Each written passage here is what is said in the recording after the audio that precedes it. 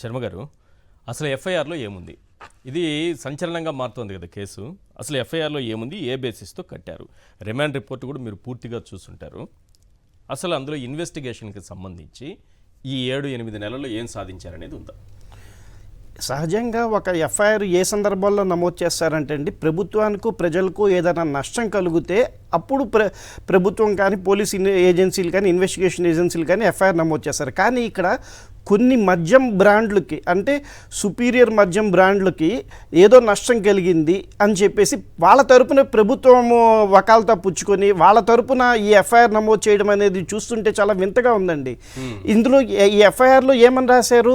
అసలు ఎక్కడ ఎవరికి ఏ నష్టం జరిగిందని రాయలేదు. కొన్ని లీడింగ్ బ్రాండ్స్కి నష్టం జరిగింది కాబట్టి మేము ఎఫ్ఐఆర్ కట్టాలి అని చెప్పి కంపెనీ యాజమాన్యం కానీ ఎవరు ఏం కంప్లైంట్, ఎక్కడ ఆ లీడింగ్ బ్రాండ్స్ ఒక చిన్న కంప్లైంట్ పెట్టడం కానీ, లేకపోతే మా బ్రాండ్లు తీసుకోవట్లేదని చెప్పడం కానివ్వండి, లేకపోతే వాళ్ళ ప్రభుత్వానికి ఒక రిప్రజెంటేషన్ ఇవ్వడం కానీ ఎక్కడ ఏమి జరగలేదు.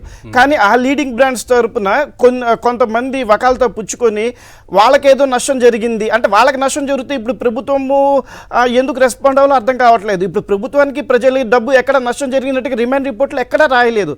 అసలు ఎఫ్ఐఆర్కి ఒక కమిటీ వేశారండి ఎఫ్ఐఆర్ కట్టడానికి ముందు. ఆ కమిటీ వాళ్ళు ఏ నివేదిక ఇచ్చారంటే, కొన్ని లీడింగ్ బ్రాండ్లు సరిగ్గా ప్రజలకి లిక్కర్ అందుబాటులో ఉంచలేదు అనే చిన్న ఆరోపణ.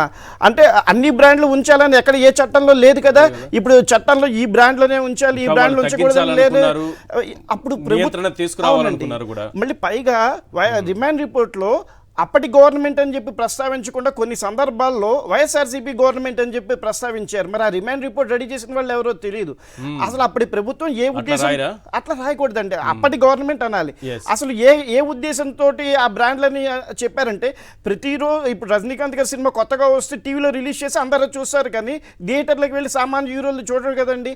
అట్లాగే కొన్ని లీడింగ్ బ్రాండ్స్ని సప్రెస్ చేస్తే చెందితే అవి ప్రజలు లిక్కర్కి కాస్త దూరం అవుతారన్న సదుద్దేశంతో, ప్రజల్ని లిక్కర్ మానిపించాలనే ఉద్దేశంతో కొన్ని లీడింగ్ బ్రాండ్స్ దూరం చేసి ఐ అట్రాక్టెడ్ అంటారండి. ఐ అట్రాక్టెడ్ బ్రాండ్స్ లేకపోతే చాలా మంది మానేసిన వాళ్ళు ఉన్నారు, చేశారు. అట్లాగే రేట్లు అబ్నార్మల్ గా పెంచి గవర్నమెంట్ లబ్ధి పొందిందని ఎఫ్ఐఆర్లో కట్టారు. అంటే గవర్నమెంట్ లబ్ధి పొందింది ఏంటి? రేట్లు పెంచితే వాళ్ళు మద్యం తక్కువ తాగుతారు, మద్యం తక్కువ అవుతుంది, ప్రజల ఆరోగ్యాలు బాగుపడతాయని రేట్లు పెంచారు. దాన్ని కూడా ఎఫ్ఐఆర్లో నమోదు చేశారు. రేట్లు పెంచింది కదా, అది కూడా కేసు అయిపోతుంది. ఇప్పుడు రేట్లు పెంచారు మొన్న. అవునండి. మళ్ళీ అంతేకాకుండా మొన్న హోటల్స్ లో 60 లక్షల రూపాయలు పెడితే ఎవరు లైసెన్స్ తీసుకోవట్లేదు, దాన్ని మరి 15 లక్షలకి తగ్గించారు, చెందారు. అంటే ఇప్పుడు 60 లక్షలు ప్రభుత్వ ఆదాయం వచ్చే ప్రతి హోటల్ మీద ఇప్పుడు 15 లక్షలకి తగ్గించడం వల్ల చాలా మందికి మరి ప్రభుత్వానికి 45 లక్షలు ఒక హోటల్ తరపున లాసే కదండి. అంటే ప్రభుత్వానికి నష్టం కలుగుతుంది. అంటే ప్రజల్ని లిక్కర్కి అట్రాక్ట్ చేయడం కోసం అన్ని హోటల్స్లో లిక్కర్ ఉండాలనే ఉద్దేశంతో ఈ ప్రభుత్వం పనిచేసింది. అప్పుడు ప్రభుత్వం ఏంటి, లిక్కర్ తగ్గించాలి, చెందాలనే ఉద్దేశంతో పనిచేశాయి. ఇంకోటి మనం గమనిస్తేనండి, మోనోపోలీ అని ఇప్పుడు ఎప్పుడు ఉండే బ్రాండ్లే ఉన్నాయనుకోండి, మోనోపోలీ వస్తుంది. మోనోపోలీ లేకుండా గత ప్రభుత్వం అంటే అప్పటి చంద్రబాబు నాయుడు గారి ప్రభుత్వంలో ఏ డిస్టిలరీస్ ఉన్నారో ఆ డిస్టిలరీస్ నుంచే కొన్నారు తప్ప కొత్తగా డిస్టిలరీస్ ఏం పెట్టలేదు. వాళ్ళే బ్రాండ్ సప్లై చేసి అరవై తిన్నారు. మోనోపోలీ తగ్గించారు. రేట్స్ ఎందుకు పెంచారంటే తగ్గించాలనే మద్యం అమ్మకాలు తగ్గాలనే ఉద్దేశంతో చేశారు. ఇంకా ఈ రిమాండ్ రిపోర్ట్ మొత్తంలో ఎఫ్ఐఆర్లోనే తెలిపోయిందా మొత్తం విషయం? అవునండి. ఎఫ్ఐఆర్లో ఎక్కడా కూడా ప్రభుత్వానికి ప్రజలకి ఈ నష్టం జరిగింది అందుకనే మేము ఎఫ్ఐఆర్ కడుతున్నామని రాయలేదు.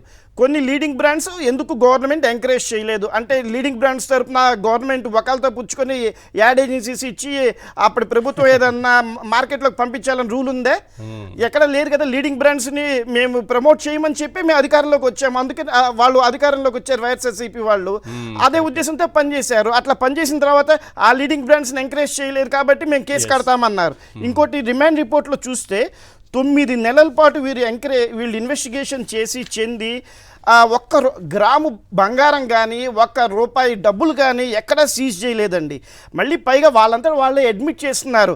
ఏంటి ఎట్లా జరిగింది ఇనే దాంట్లో, making it order to trace the funds అని చెప్పి 10వ పేజీలో సెకండ్ పారాలో రాశారండి. అది మేము కష్టంగా ఉంది మాకు కనుక్కోవటం, డబ్బులు ఎక్కడికి వెళ్ళినాయో ఏంటో అని. 9 నెలల పాటు ఉండి ఒక సిస్టమ్ ఉండి రాష్ట్ర కేంద్ర ప్రభుత్వాలు కలిసి పనిచేస్తున్నా ఒక రూపాయి కూడా మేము పట్టుకోలేకపోయాం చేయలేకపోయాం అంటే దాని అర్థం ఏంటి? ఏమీ జరగలేదని అర్థం అక్కడ. అట్లాంటి దాంట్లో మళ్ళీ గోల్డ్ బులియన్ అకౌంట్స్లోకి 100 కోట్ల రూపాయలు బంగారం మారిందన్నారు.